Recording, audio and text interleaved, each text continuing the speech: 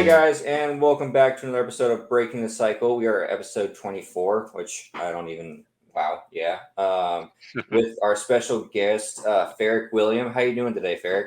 I'm doing good. How are you guys? All right, great. So, can you just give us a brief 2-minute background on who you are, what your day job is, if you're comfortable sharing that, and what you are about on Twitter, and just what you're looking to share on.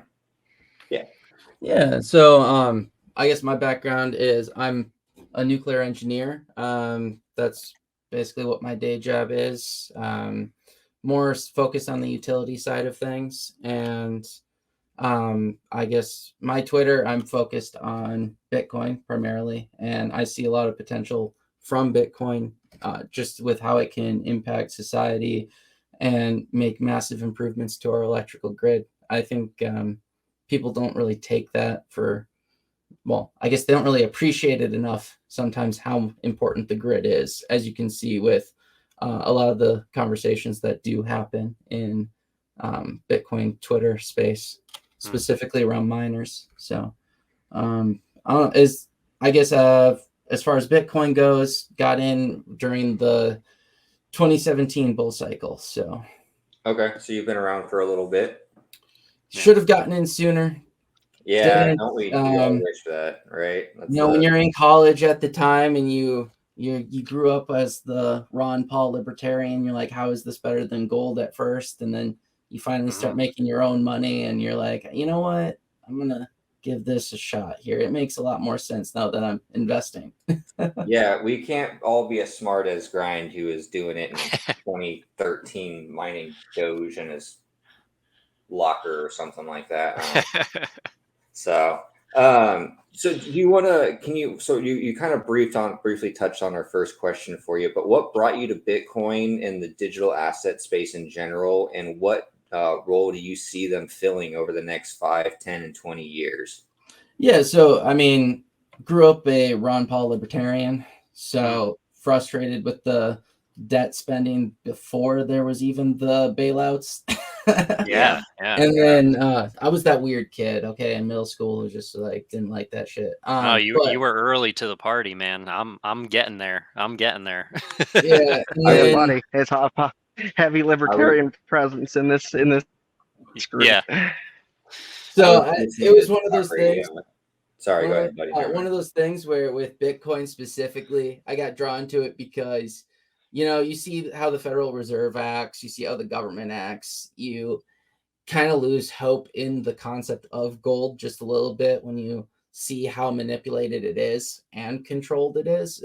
Easy to confiscate, all of that. And then you look at Bitcoin and how it's just infinitely divisible, effectively. And how you could basically force it on governments and the institutions instead of trying to hope that they like, hey, let's relinquish a little bit of our control over the gold market.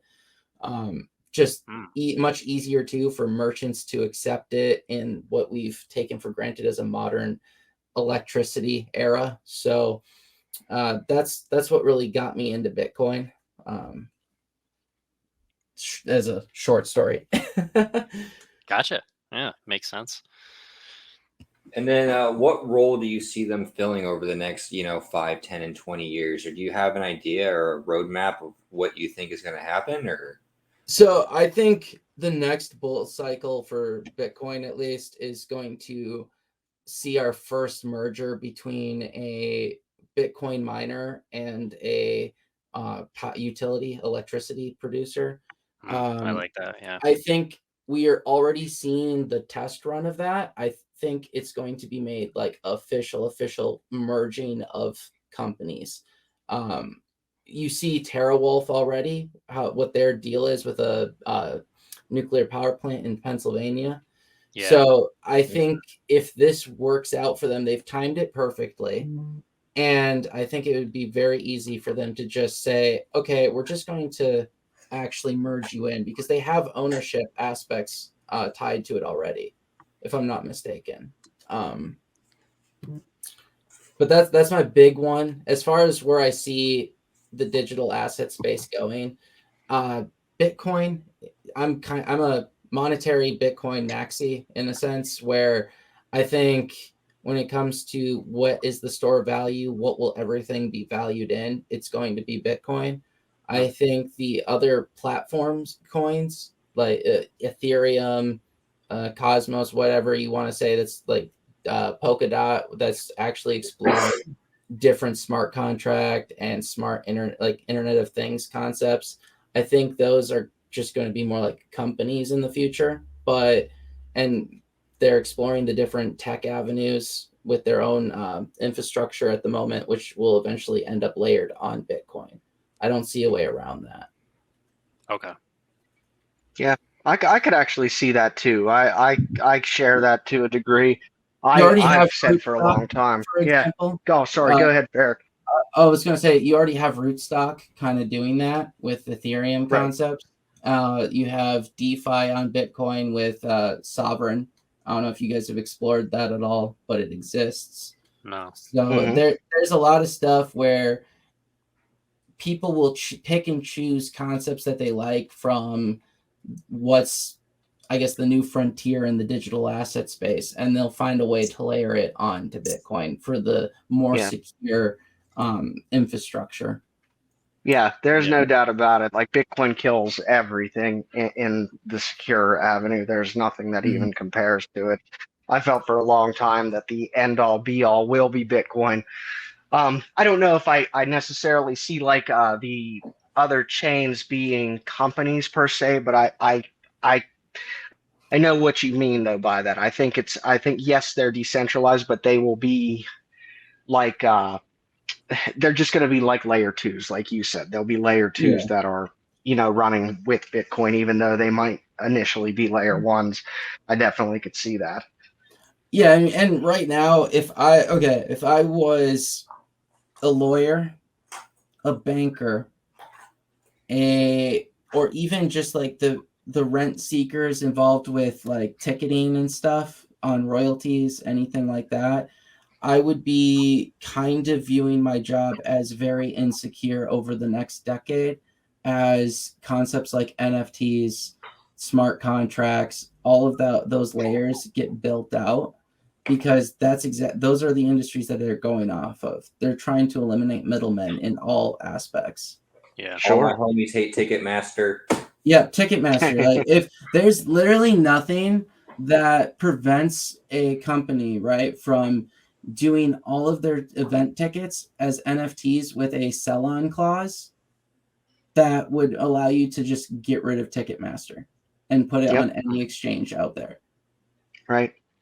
Yeah. What would a sell-on clause be specifically? So think of how artists have done, like, oh, if you sell my NFT, after you've purchased it, if you sell it again, I get 10% of whatever the profit was. Okay. Yeah. So if they just continue with that concept, it becomes much easier to you don't have to rely on an algorithm to do dynamic pricing. You just sell it out there, and the market will speak, and it will exchange hands. Each ticket is almost an investment at that point. Yeah. Taylor Swift would be a fucking billionaire right now. Yeah. Honestly, talk about. And she could do it all directly without Ticketmaster taking all their fees and stuff. Yeah, I mean, it's ridiculous if you look at how they get away with that. I mean, it's just straight up monopoly. I tried to buy tickets to go see someone locally, not even a big artist, and it was like, and I got done trying to load the ticket, it was like an extra $45 and just like bullshit fees, and I'm like, I'm just not gonna go. Mm-hmm. Yeah, I really hate it when they add on all those fees at the end. It's like, okay, you guys like falsely marketed this almost. Exactly. Yeah, I think all users of every business out there can all agree that nobody likes the middleman, right?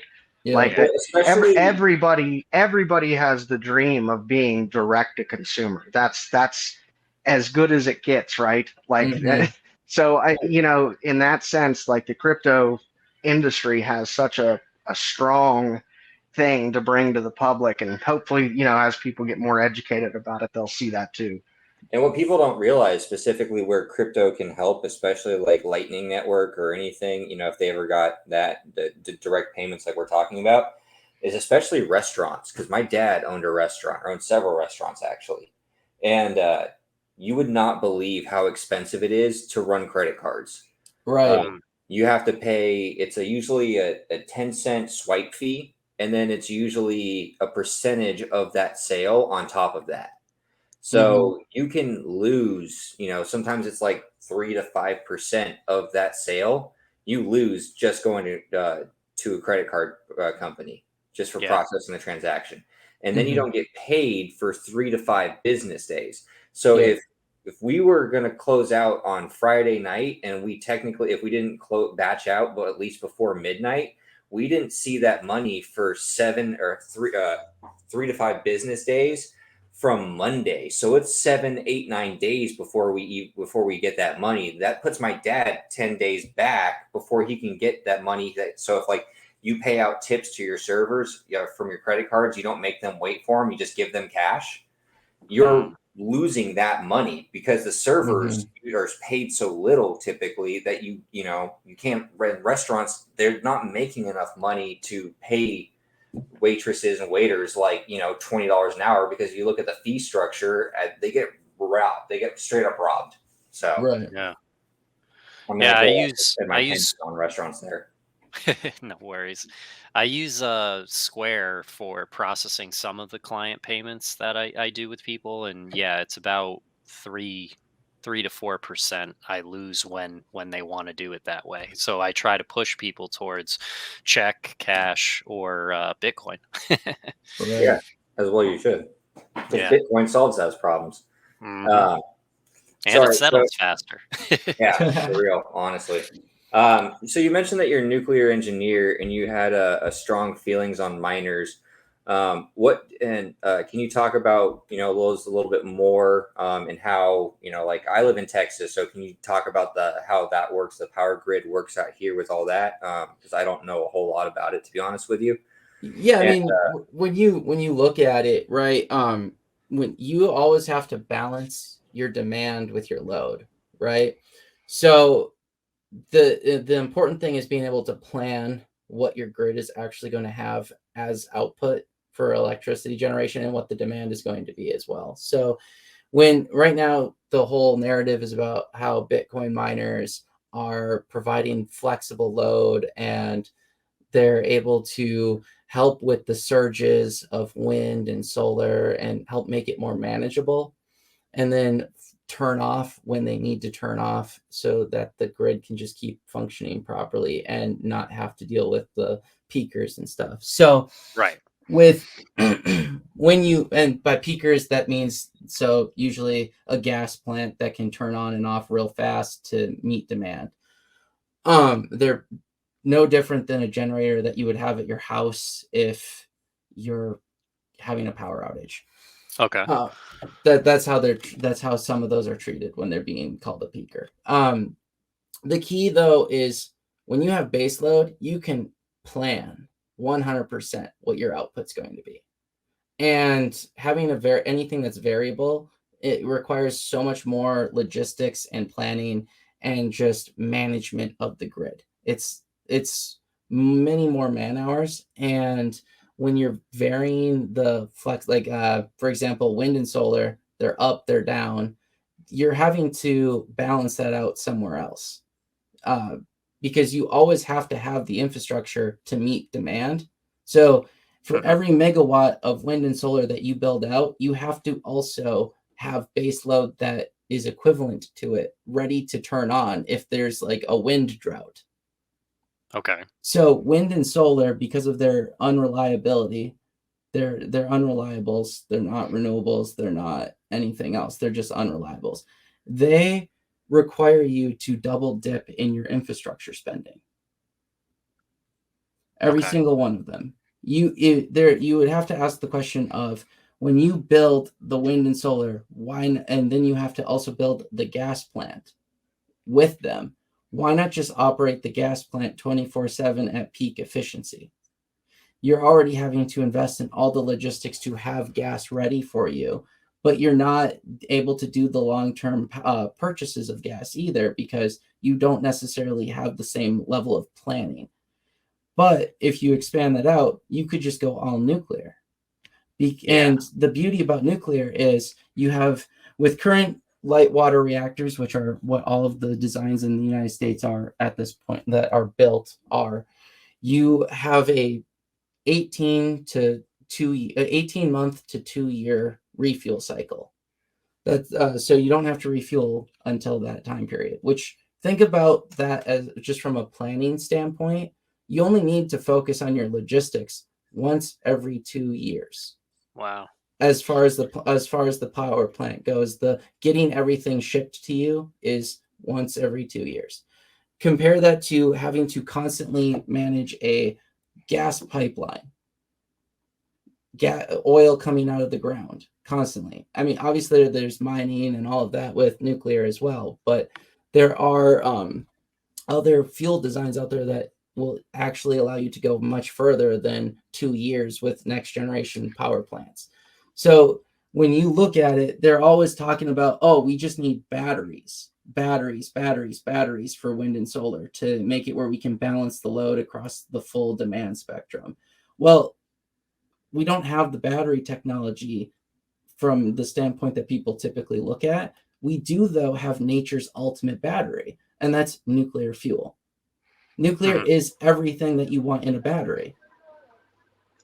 Yeah, I always did wonder about that. What is like the comparison between, like, say, for our nuclear mining that is required compared to mining? Like, what is the environmental impact difference? Do you know? In what regard? I guess I would have to ask, because there's a ton of differences. Okay. As far as the nuclear fuel goes, you don't have that much waste. The amount of waste in this country you wouldn't even notice it if you drove past it, because it will fit in a football stadium. Oh, wow. That's all the waste for the past entire life cycle of nuclear in the United States. It's but when you compare like the land mass usage, it's crazy. I'm trying to find real quick. I'm going to try to find it. There's a video that some Norwegians put out there that was actually really good. But it basically shows you a comparison of the square footage required with the power output in megawatts between wind turbines and one nuclear power plant. So when I find it real quick,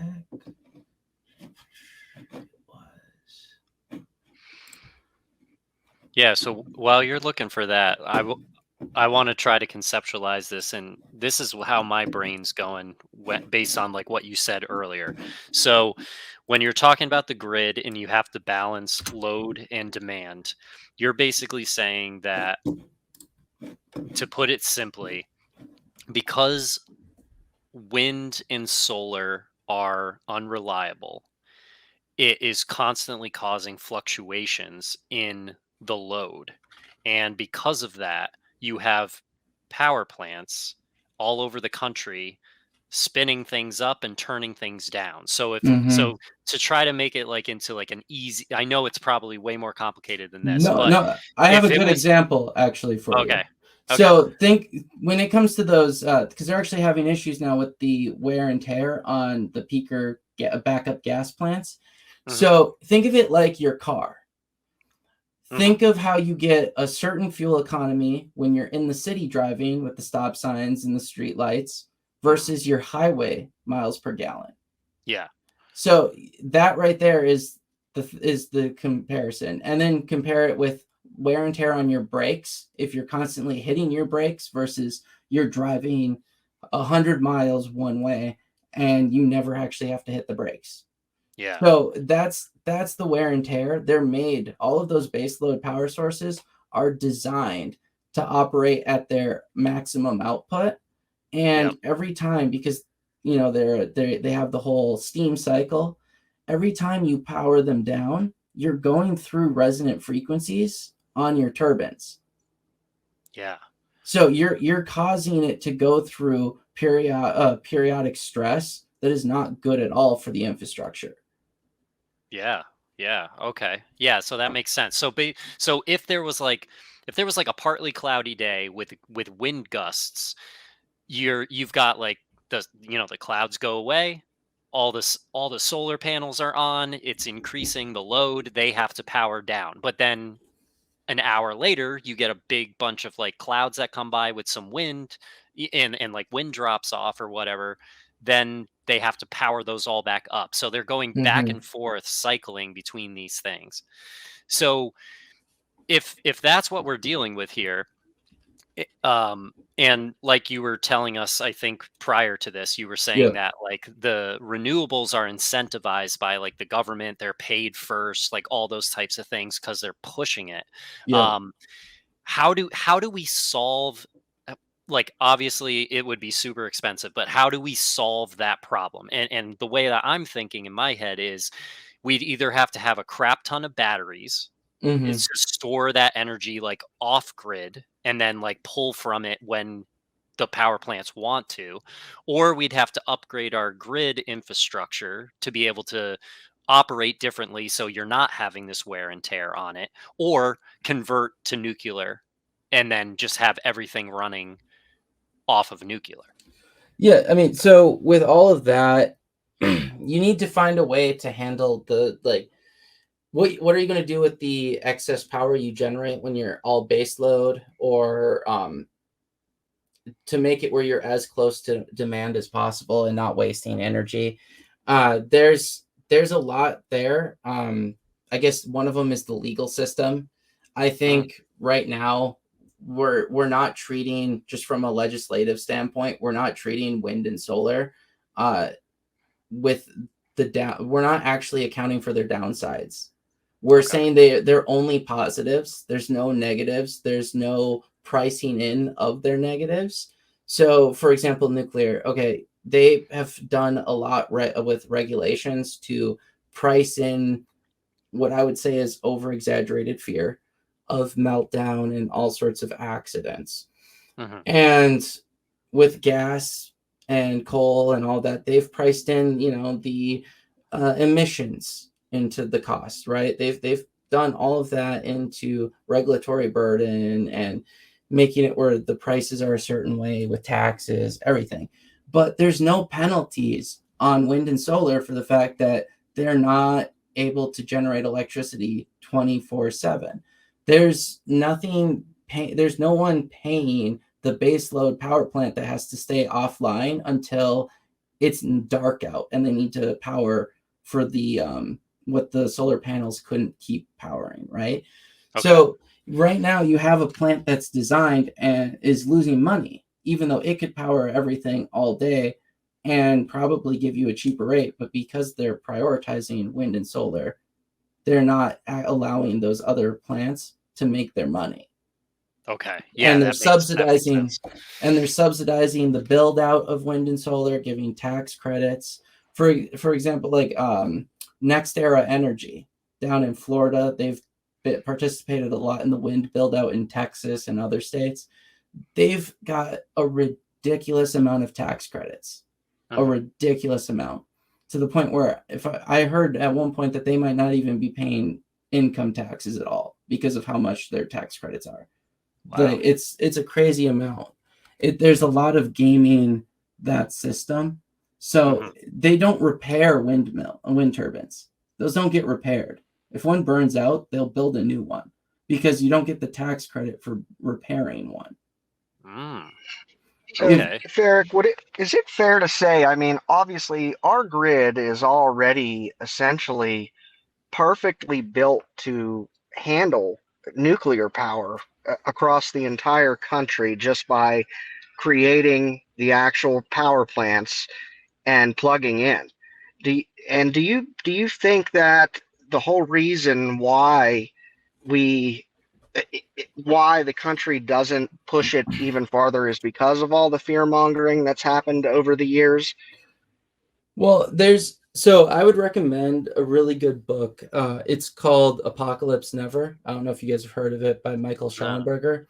So he actually goes into the history of the anti-nuclear stuff. And one of the leaders of that was California. And you would quickly realize that most of the California governors have been corrupt and tied to gas companies, to the point where they got the pipeline from Alaska to California canceled because they had special ties to the people who could import gas from, I think it was either Malaysia or Indonesia. So they specifically gamed the emission standards on sulfur just to block the competitors. So, and because of that, they've also made a big deal about canceling nuclear power plants to put them more reliant on fossil fuels. And it's the same concept now with wind and solar. The biggest investors in wind and solar activism are natural gas companies, because they're getting a plant built every time. They're getting subsidized themselves to be built in that instance. And they're always able to charge ridiculous rates when they're operating as a peaker.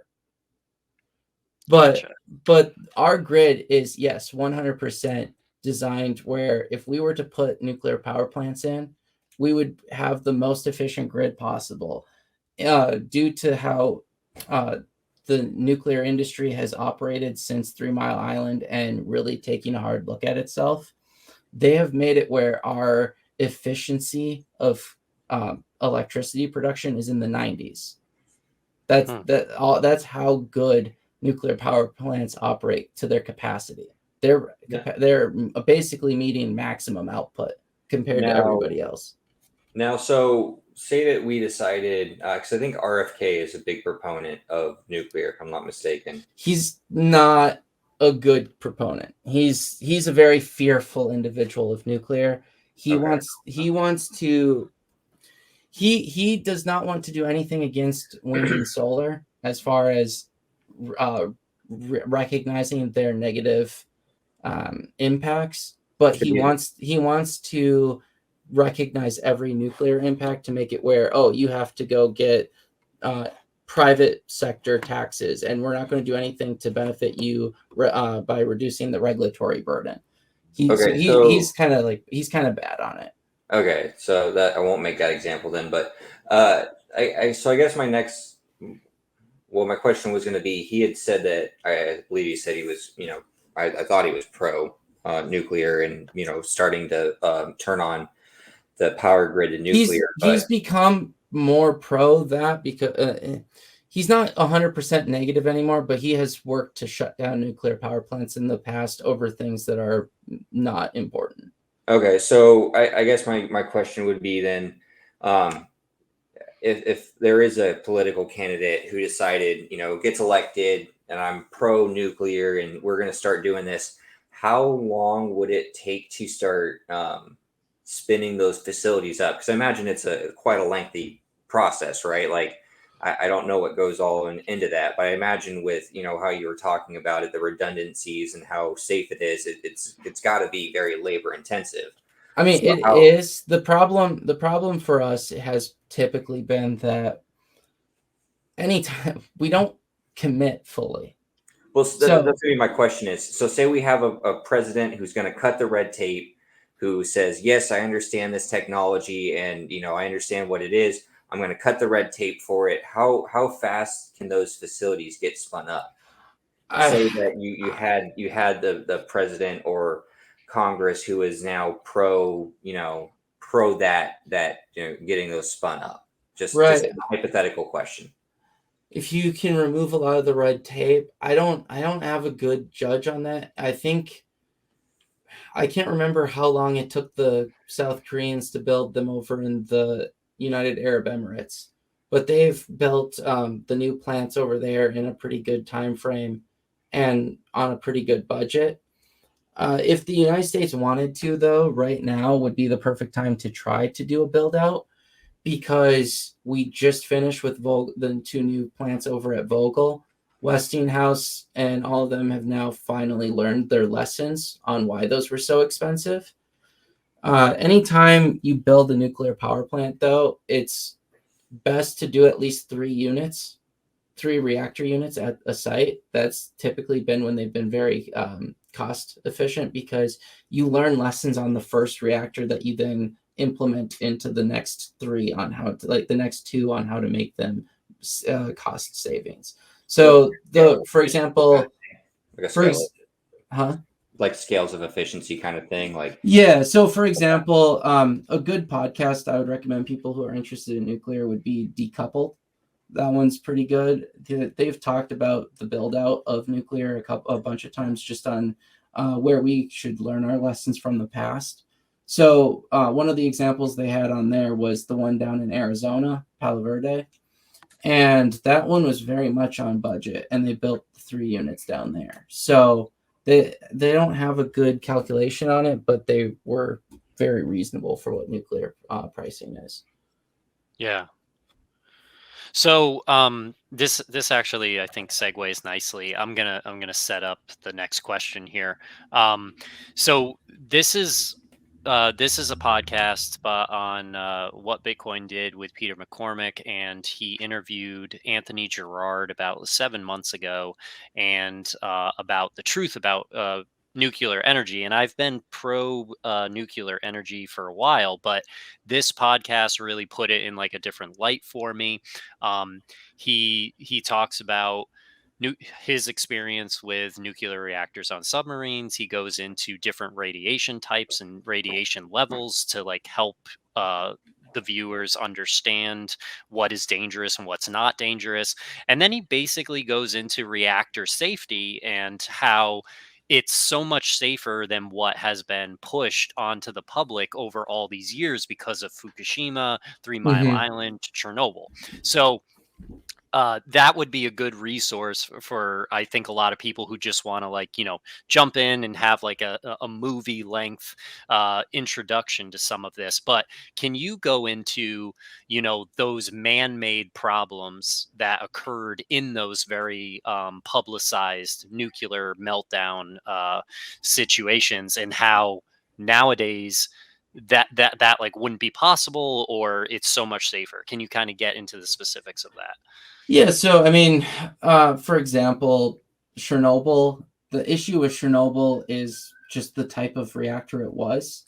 So they're graphite reactors, and they're over moderated in their design. So what it means to be over moderated is when the moderator, like with, for example, in this case, water was being involved there. So they had the steam voiding with the graphite moderator and water coolant and everything. The water steamed in Chernobyl, and that steam void created a positive reactivity feedback loop.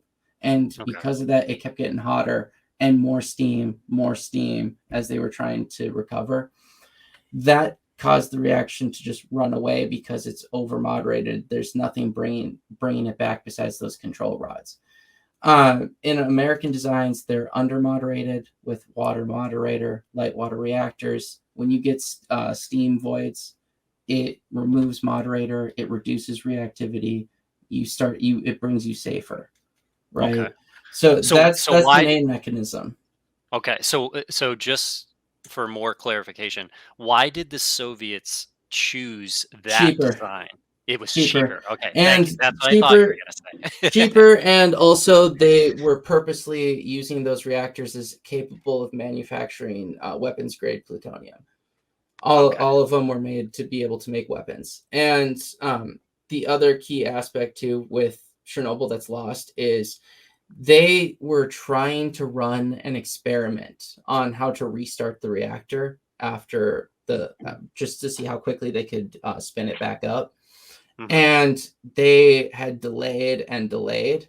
So for them to be able to run the experiment still, they had to disable a bunch of safety features, which they did. And then they also removed more control rods than were ever intended to be removed from the reactor core at any given point in time. So when they did that, they set themselves up for an accident. So it's hard for me to even call it an accident with how they disregarded all their own procedures. Yeah. and just invalidated their design. For example, though, 3 Mile Island is a case where the people in the control room didn't believe their own sensors, their own indicators, and they turned off the feed water. Yeah. They stopped pouring water into the reactor, and because a valve was stuck, it kept steaming. And that's where you got the issue there. Yeah, and I watched a documentary on, I think it was on Netflix on that one. That is that's an atrocious documentary. Oh, it's a bad one? Well, if you want, I don't know your guys' stances, but it parallels exactly what they did with COVID, with gross overreaction, where fear mongering is the name of the game. That's what they did. The response. Wait, hold on. So you mean to tell me that the U.S. government spread propaganda about Russia? Well, no, I'm talking about 3 Mile Island. 3 Mile Island was Pennsylvania. All right, I'm sorry. I in thought Pennsylvania, they sent in this crazy response to an insane evacuation, and they did all sorts of stuff that just caused a ton of stress and fear in the public. And it didn't help that China Syndrome as a movie was just out, and they saw an opportunity to really champion their movie as this could happen. But the guy that is the whistleblower in that documentary is a clown. He is a clown, plain and simple. There was never a threat to the whole Eastern Seaboard. No, the guy's a clown. It's ridiculous that actually got greenlit. Interesting. And yeah. So what are you disputing that he claimed? Oh, he was saying it could become a bomb. It never could have. That was never going to be a bomb. That's just not the way that works. It's just everything. Yeah, no, it was. There's nothing that backs it up, and they try to demonize the NRC guy that was involved in it in that docuseries, and it's just like he's just trying to be very rational and reasonable in his discussions, but the other guy is not. They picked a bunch of activists for that, nothing else. Okay. Yeah, good to know. And that guy is one of those. Not to slander the Naval Nuclear Labs, but that guy is a Rickover disciple who believes everything is dangerous to like a very negative level. Okay. That's just unreasonable. That's the same concept that says all radiation's bad, despite the fact that you are exposed to radiation on a daily basis, and your DNA is designed to handle a certain level of radiation. Right. Yeah, so it's all about balance. Okay, so Chernobyl, man-made issues, problems. 3 Mile Island, man-made issues, errors, problems. And key Fukushima, the key too for 3 Mile Island is there wasn't a good industry operating experience sharing at the time, where another plant had the same exact issue as 3 Mile Island. They just responded better. Interesting. So, but Fukushima, that's a different issue. That's not a nuclear accident at all, really. That's we piss poorly designed where our backup generators were issue. Right, because the tsunami flooded the generators, and then they couldn't be on when the power went out, and then that was the issue. Yeah. Fukushima is the tsunami that hit Japan and hit that nuclear reactor, correct? Yes. Okay, and I had heard they're going to be releasing the water from that over. Yeah, there's nothing wrong with that water. Nothing? Okay. No. It gets diluted and it's not an issue at all. Okay. I heard that like the fishermen out there were worried about it, and it's not. It's not. Okay. That's a thing that gets overblown every time. It's just they can say it's contaminated water and they roll with it. Well, I had heard that China said they were going to ban the fishing, right? Or they were going to import any fish. And then someone came out and pointed out that their 3 largest ports pollute more than, are there any downsides to nuclear energy? Like, coming from that industry, I know you're probably a little bit biased because you're in there, but do you see any downside to everything going nuclear?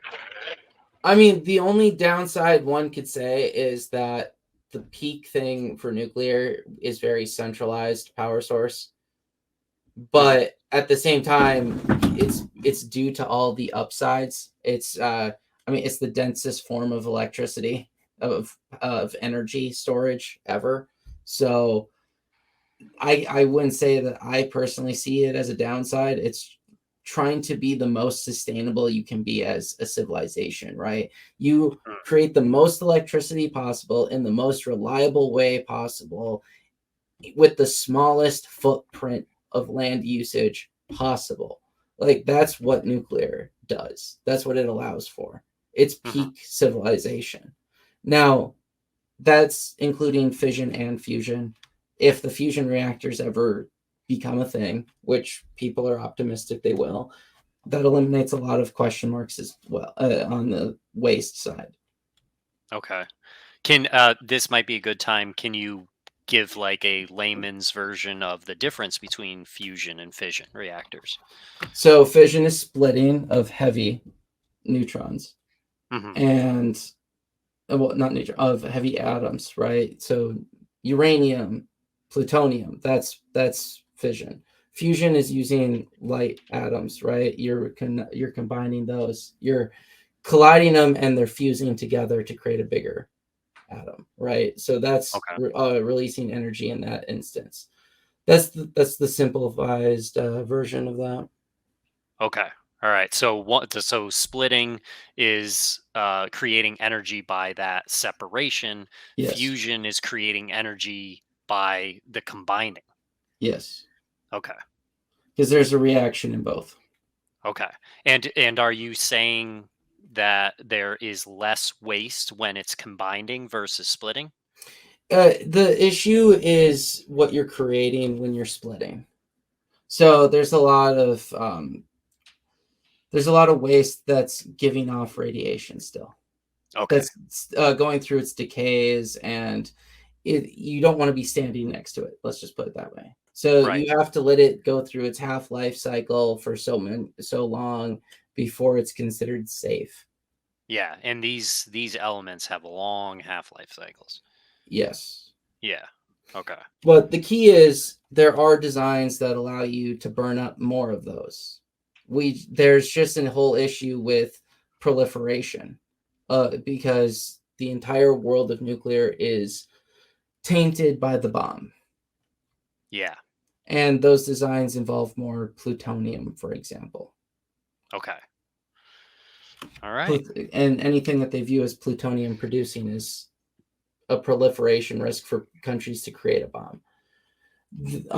But the key to nuclear, and when it comes to Bitcoin, that everyone seems to forget, is you can use Bitcoin miners as a reverse generator, a load generator almost, where you overbuild your base load and then you build as many Bitcoin miners to make up that difference and cycle them so that as more people need electricity, you're just turning off miners instead of turning on other energy production.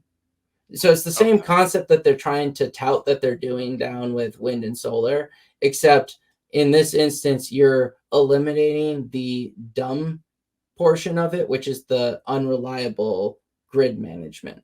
You're just making it where, okay, we have a demand for 1 extra megawatt of electricity from this city because it got colder outside. We're going to turn off that same amount of demand from our Bitcoin miner, treating it like it's a generator that gives you load by turning it off. And that allows you to have the most stable grid possible. Okay. And you're not worried about the logistics. You can actually long-term plan when you have a 2-year refuel cycle or more, because it can be greater than that too. Right. Because a lot of the next gen reactors are much longer because they're going with advanced fast fission designs. Okay. And by fast fission, that just means that they don't have to slow down the neutrons to be able to achieve fission. Okay. Yeah. So I think I'm following you on this stuff. So yeah, that makes sense to me. So why don't you tell us a little bit about how like regulations have gotten in the way of the nuclear industry, like maybe moving forward, because it appears that the regulators are maybe latching on to the fear mongering rather than looking at the actual science. Yeah, I mean, when you look at it, our whole, well, frankly, I think it could be said that we could probably expand our license, how long a license is for a new nuclear power plant, to make it where it's not the short life cycle it currently is, because they haven't denied a nuclear power plant the ability to extend its license. They were arbitrarily chosen early on just to be like, it's going to last the career of these people who start working here. That's basically how it was chosen to begin with. It wasn't technically based or anything like that. It's just, okay, we'll start it, we'll reevaluate it after the current workforce kind of thing. There's no reason a nuclear power plant can't live to be 80 years plus. That's the key about this infrastructure. It's very long lived. So when people look at the levelized cost of building one and what you're going to get in profits later to see what it is, they base it off of what the standard life that has been allowed for it has been, which is, you get your 40 years and then you get 20-year extensions. So that's a bit of an unknown, but there's no reason they can't go much longer. I think they need to recognize that from a regulatory standpoint to just make it where you can start off with that. As far as everything else, anytime there's an accident, the NRC dramatically pivots into an overreaction. So they had a huge rollout of requirements that were very costly after Fukushima, regardless of what the risk was. It was, I mean, you had to do a ton of stuff on like the Great Lakes, even if you had a power plant there. Yeah, it's excessive.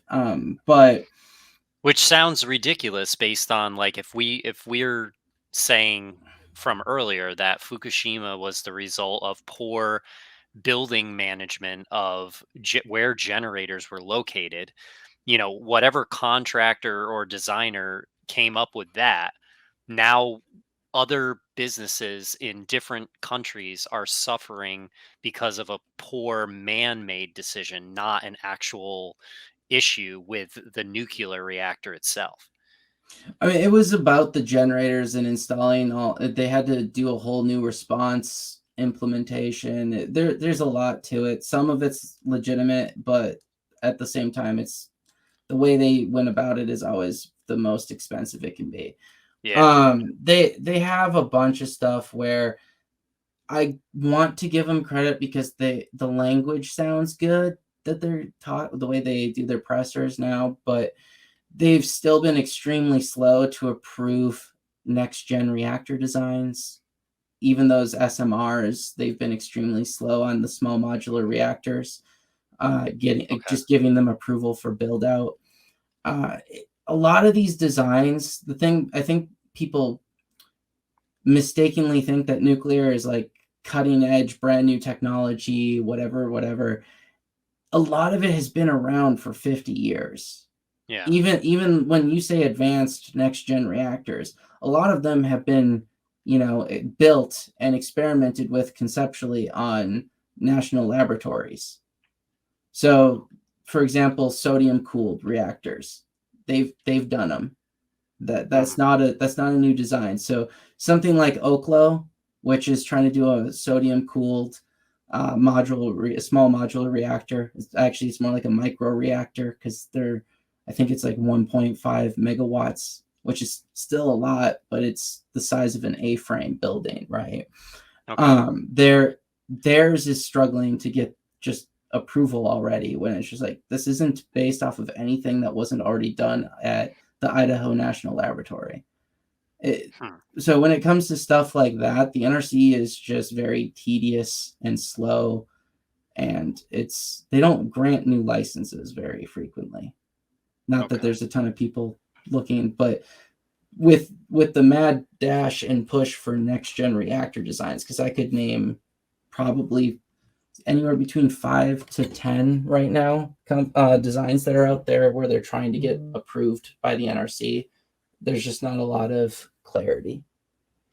So it's kind of almost like the Bitcoin space where there's technology and advancement that's ready to happen, but it's just the government holding it back, and a lot of fear mongering. It sounds like it's almost the exact same thing. Yeah, and when it comes to the outlook of the NRC, their light water reactor perspective. So a lot of the requirements in their license, when these next gen reactors that are passive safety features, when they walk in, they're just saying, yeah, this isn't applicable to us, and the NRC has not exactly learned how to adapt to that yet. That sounds exactly like the Howey test and everything, you know? Yes, it's exactly the same thing. Yeah. So it sounds like there's a lot of parallels between the two as far as fear mongering, a lot of bad information out there, and a lot of it just seems like it's the older generation of politicians that have, they're stuck in their ways of thinking that this is still bad technology, even though we've done so much advancement to it. That they're just stuck in their ways and digging their heels and saying no, no, no, because I don't want to. Is that pretty much a fair assessment of the situation? Yeah, I think so.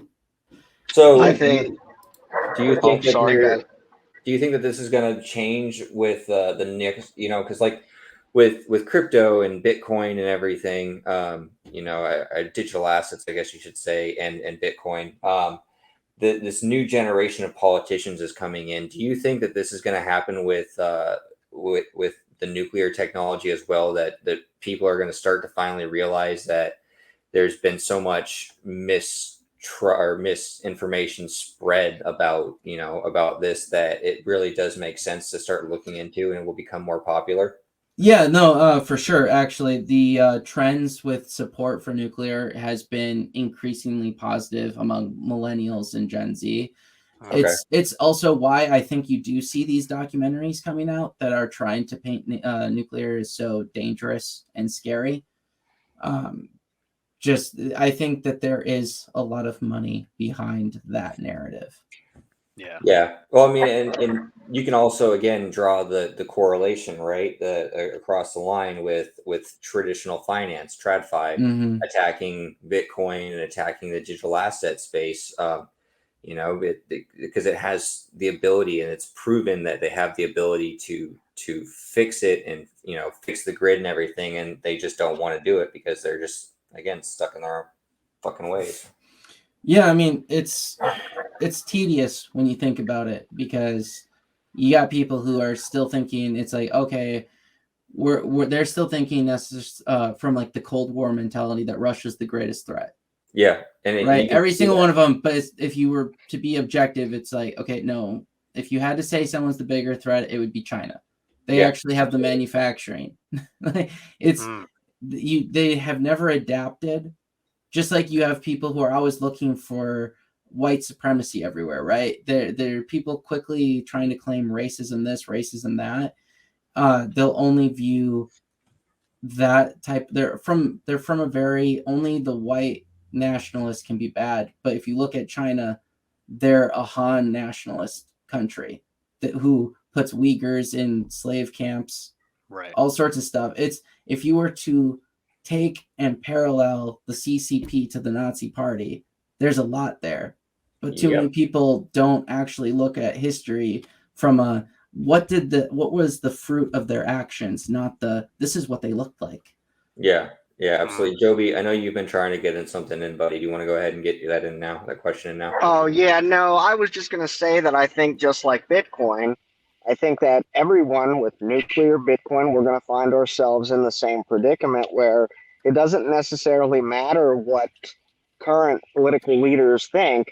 The reality is that is where things are headed. Like with the demand that's happening now with everything going electric, the insane demand that's going to happen to the grid is going to require something more sustainable than what we currently have. And Oh the yeah, answer to absolutely. that is it's going to be nuclear. There's no, the tech is already there, it's been there, and that's where it's going to be. And so it's Oh, just going to happen. And just like with the crumbling financial system, same thing. Bitcoin, it's going to happen. There's no Right. way around it. So it's just time, and I'm staying in it for the long haul on both. So Yeah, I that's mean, my 2 cents. as soon as people don't like discomfort, right? And right now, everyone is still comfortable because we're not. I guess I speak from a location that's not having this issue. But if you're in Texas or California, you have had brownouts, you've had blackouts, and we have. that's all tied to your electrical grid becoming less reliable. Both California and Texas are two of the most unreliable electrical grids in the country, and both of them are two of the most have the most percentage of wind solar. So the more you build it out, the second you start reaching that like 10 to 15% of your grid being wind and solar, it becomes very terrible for your reliability. Now, so I know that there's like the Tesla power packs, right, for houses and stuff like that, and there, you can put the solar panels on your roof and stuff like that. What's your opinion on that for like, just off grid, or even if it's just, for people like me, I do live in Texas, so I know how horrible our power grid is. I've been very fortunate that even during, the storms that we've had over the last couple of years, my power's never gone out, or if Right. it has, it was for 15 minutes at the most. But that's because I'm on the same line as the hospital for my town, and then the police Yeah. station, the fire. So everything, like all the major infrastructure, is like tied. I'm tied into it. So I've been really lucky on that part. But I was looking at those Tesla power packs for the wall just for that. But what are your opinions on those then? I am like the lowest person on Tesla, just Okay. in general. Like, so I don't understand the electric car craze because those cars are dramatically inferior on sustainability and reliability factors that matter to what we expect from a car. So let me explain. Like range Mhm. and recharge time, dramatically inferior. Just on how long it would take you to cross the country. Mhm. The risk of that car is dramatic because if you get into a car accident right now, the battery is not replaceable. So if a car insurance company sees any damage to the battery, your car is totaled. Yeah. Any risk of that, right? So you just threw away a $60,000 car because of a fender bender that was a little bit more serious than, you know what I'm saying? Like that's crazy unsustainable. When you look at how much rare earth minerals and everything are needed for those batteries and just the car in general, it's way more dramatic on how much materials go into it. All those cars are heavier, so they're going to create a lot more wear and tear on our road system. I don't see then there's also the threat where if your battery actually dies, full charge dies, the batteries never are the same. When you fully kill a battery, it's never the same. I don't know if you've ever had that happen where your car, it's not a good experience with just a normal car battery, let alone a Tesla car battery. And the same thing for the Tesla battery pack for the house. If you go to zero charge on those, that battery will never be the same. And the other aspect that people forget, what was it? Oh, I'm blanking now. I had it there. Oh, the battery life. See, people forget that the battery life is a thing. Just without anything going wrong with your car. Same with wind and solar. This concept of life cycle for the product, it's very consumerism. So the life cycle of a Tesla is like 10 to 15 years tops. you're kind of eliminating the used car market in the way that it currently is, because it's not uncommon for a 20-year-old car to be sold. Right. I currently drive a 1999 Land Cruiser. Yeah, so it's not uncommon for that. But when you go with Teslas, there's no after a certain there's a clear death of that car. The battery is dead, and that's the vast majority of the cost for a Tesla is the battery. When you look at solar panels have like a 15-year life cycle before they are really poorly efficient. Mm-hmm. And wind, I forget what the life cycle is on wind, but it's not much better. And you don't recycle the wind turbines currently. The blades are just being the blades are currently being put in the landfills. Huh. And because the incentive is for the tax credit to build a new one rather than repair, you said. Yes, and it's the same. And with the solar panels, they're not being recycled, and they're full of heavy metals, and which could cause a lot of problems to groundwater if they're damaged. So you don't want to just put a solar panel in a landfill. Yeah. And right now, look at how fragile those are. If you get a really bad hailstorm, you can destroy a solar panel farm. And cause what's basically a heavy metal waste zone that needs to be cleaned up. I never hear about the solar panel cleanup plan ever. Right. Yeah. No. It's like it's non-existent, right? Yeah. They try to sell it as put it in and forget about it. But you now have all of this waste that in 15 years needs to be dealt with in a sustainable, smart way. Yeah. So when it comes to transportation, I'm much higher on hydrogen fuel cells. Okay. That's the type of car I'm high on. So I know Toyota's been really big in trying it. It has the same response as what we're used to with the internal combustion engine. There's a lot of perks to it, like refueling is the same concept, same quickness. The range is usually pretty good when in the hypotheticals, at least. And from the sounds of it, they're looking to launch a lot more of those in the next so many years. Yeah, that's why Toyota's been kind of slow on the electric car, because they're trying to go the smart way.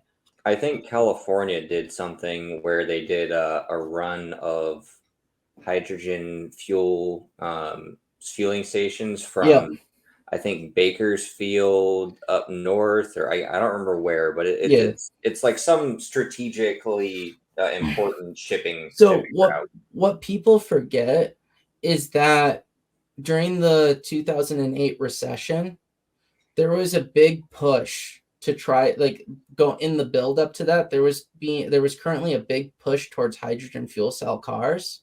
Yeah, I remember. And then we did the auto bailouts, and General Motors had nothing to do with hydrogen fuel cell cars, but they had a Chevy Volt. So all the focus of the federal government went towards trying to pump money towards electric cars or hybrid cars like the Chevy Volt, which dramatically changed the landscape of where the investment was going. Yeah. Ugh. Human beings, man. And when people talk about reducing emissions, I think it was Toyota actually who was talking about it.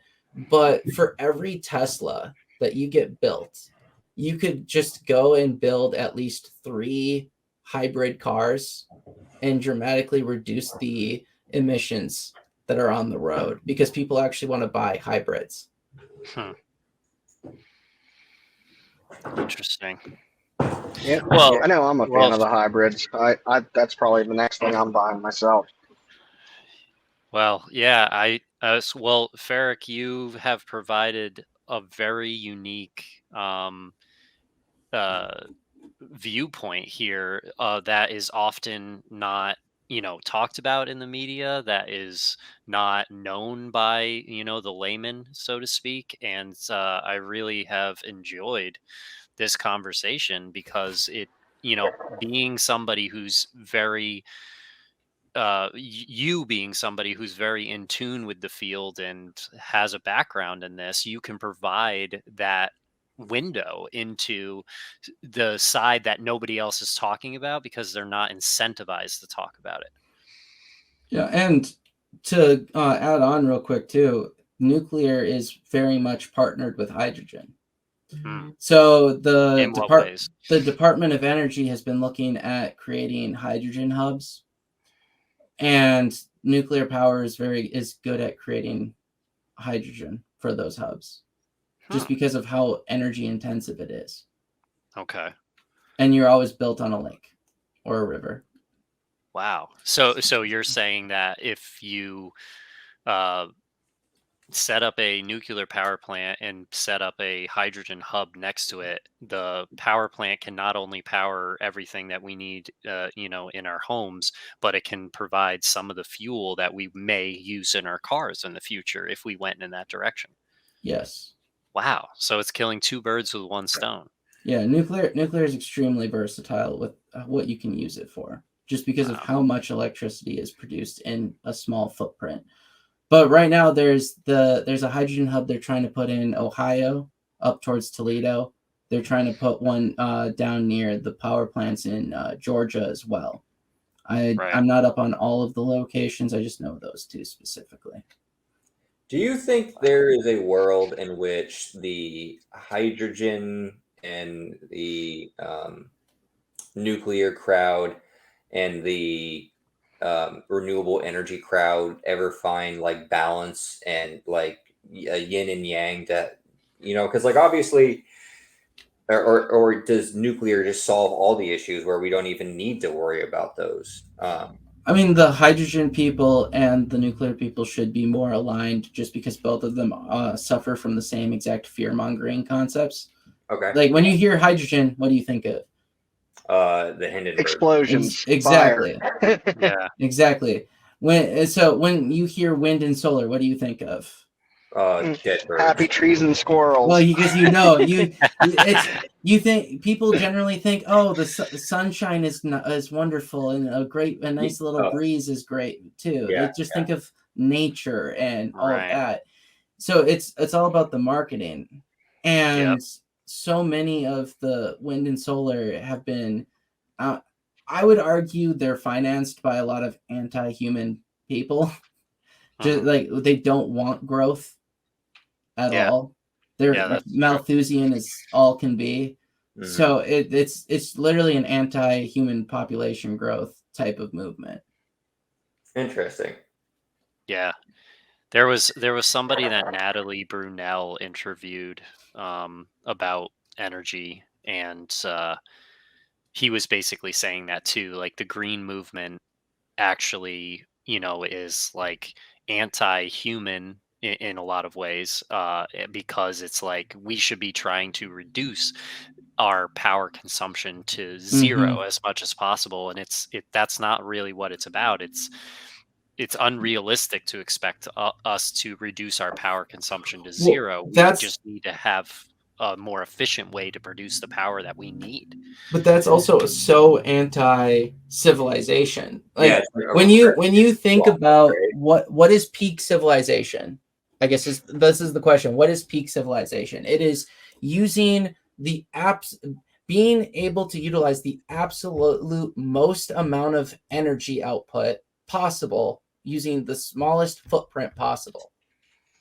Right? It's pairing absolute energy density, the greatest energy density you can with so you have ultimate output, lowest footprint. It's almost like it's a regressionist view that they want, right? Like they want to go back. They don't want the next stage of they don't want this next industrial revolution, however it be, nuclear or some variation of nuclear and some kind of mix of some other something. I don't know what that may be, but it's human limitation. They want to limit humans. Yeah. Because what is the daily limit of your life? When it comes, what is your limit, right? You got time, which is a form of energy, your life energy, right? You got the cost of energy, just like, oh, I need to drive here, it costs this much, so it's the cost of energy. And if you had access to unlimited energy, what could you achieve with every second of your life? Yeah. Right. So you could do so much more. And it's just a question of how can you maximize that energy that's available to you without causing harm.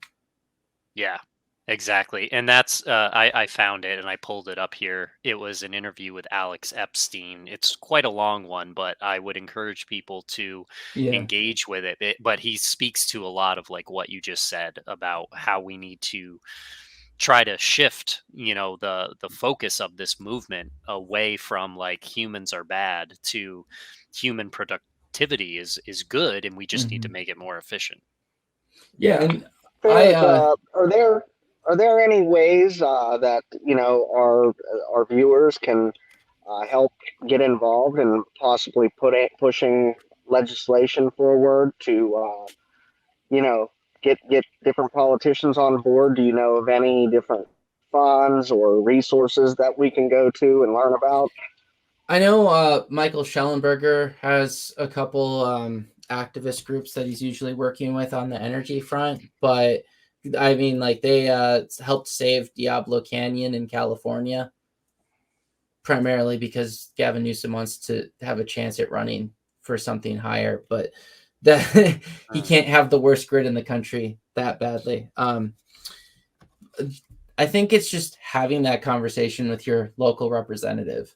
That's the big thing. Don't do the NIMBYism where it's not in my backyard, because if you advocate for a nuclear power plant in your neighborhood, that you would never regret it. Every community that's ever had a nuclear power plant is so positive about it. So positive. Their schools have the best of everything because of how much taxes are in that local community. There's not a bad job at a nuclear power plant. Not a bad job. Yep, I can see that for sure. And I did send you that one little video in the messenger, in the one message chat we had on Twitter. Gotcha.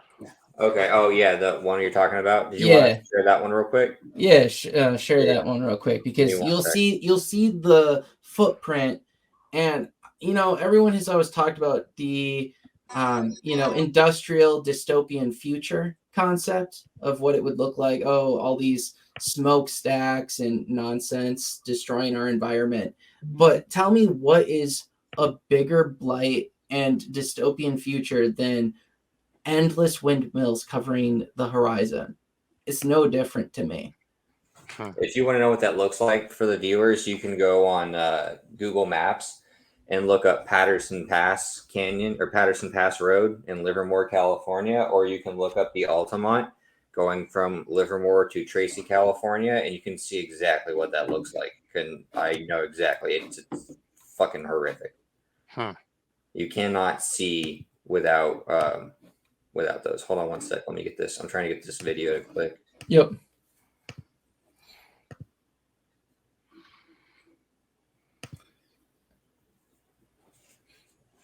Can everyone see it? Yep. Yes. Okay. Yep. So they're just showing you the scale of what they look like next to each other, and they have the megawatt output. You want to make that full screen, Joe? Yeah. Perfect. And then they overlay it on the Scandinavian peninsula.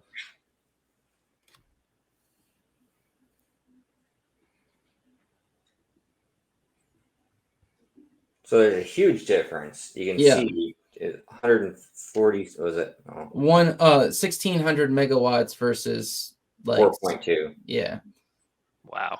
And then they zoom out to show you how many it is. So it's 1,000 of those windmills versus the one nuclear power plant. And they show you how much land space is required for it. Oh my God. So you could have that. Yeah, this is ridiculous. Wow. Yeah. So you could either have that one tiny nuclear power plant near your city, with great paying jobs, or you could have the endless sea of windmills, forest basically of windmills that just destroy your skyline views. Yeah. And kill birds. And if it's offshore, now they're finding out they're killing whales. What side I'm on. I've always been nuclear, though, so I might be a little biased. Yeah. And you were also talking before we got on here about the environmental impact of like relocating animals, and sometimes they don't survive that relocation, like especially with turtles that can't adapt. Yeah, I mean, if you I would really recommend Apocalypse Never to people. That is a really good book. But when it comes to the wind turbines, right? They kill birds, but they try to say, oh, you kill cats kill birds too, tons of birds. Well, no, these kill birds of prey. So you're killing birds that take 3 years to mature to be able to have babies. Like, you're just knocking them out of that. That's not a sustainable model at all. And then these also are situated at their most efficient point in the jet stream that insects use for their migration patterns during their breeding period. So you're also killing vital insects for the ecosystems. Yeah.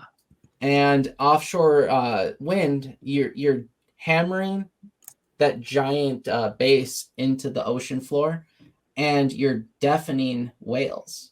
So whales are being deafened, and their sonar capability is jeopardized. You're no longer, they're dying from that. At one point or one place, they had an uptick of like 20 whale deaths this year. I don't know what that percentage was, but it was like this year alone, there's already 20 more than there was, or some number like that, than the last, like 5 years or something like that in 1 year alone. So obviously there's something wrong there. And that, for the viewers who are looking, you can see I grew up watching that every day, going back and forth. So, and I think Joe Rogan had a guy who specializes in bats on his podcast, and the windmills are terrible for the bats too. They're disrupting their ability to navigate with the sonar. Yeah, because the wind blade chopping. Yeah. So, and it's killing the bugs that they eat. So you have all sorts of issues with wind. And with solar, they have it where, they put it in the desert and they think it has no impact because deserts aren't pretty, right? People don't seem to be like, the desert has vital life forms that we care about. But the tortoises, they relocate desert tortoises, and they can't handle relocation. They die. And they also have it where they've destroyed tons of different plant life, because it just heats up that area even worse. Interesting. Yeah. Well, I don't have any other questions. I don't know about you guys, but I don't know if you have a time limit, Ferric, but I think we've kind of covered everything that I have had questions on. Yeah, same for me. This has been very informative. Yeah, really appreciate you coming on, Ferric. It was a great episode, and I hope our viewers enjoyed it. And is there anything you wanted to promote or anything, Ferric, before we log off? You guys can see my Twitter page on the screen right now, which is just at Ferric Willam on Twitter. X, if stupid thing. But yeah, so just give me a follow if you want. It's fun to always have these conversations. And I learned a lot. I very much appreciate you coming on. It's very interesting. I'm actually going to send this to my mom and see what she thinks about that, actually. So I'm very excited to hear. Yeah, and just as a shout out to people, just don't be NIMBYs when it comes to nuclear. You won't actually regret having a nuclear power plant in your area. It brings way more benefits than downside. All right. Well, awesome. Thank you so much for coming on. We really appreciate it, and we look forward to talking to you again, hopefully sometime soon, about the pro things that are happening in the nuclear world. And thanks everyone for stopping by, and we'll talk to you guys next time. Go outside, touch some grass, do something outside, and have a great one. Talk to you guys later. Bye. Bye, guys. Take care.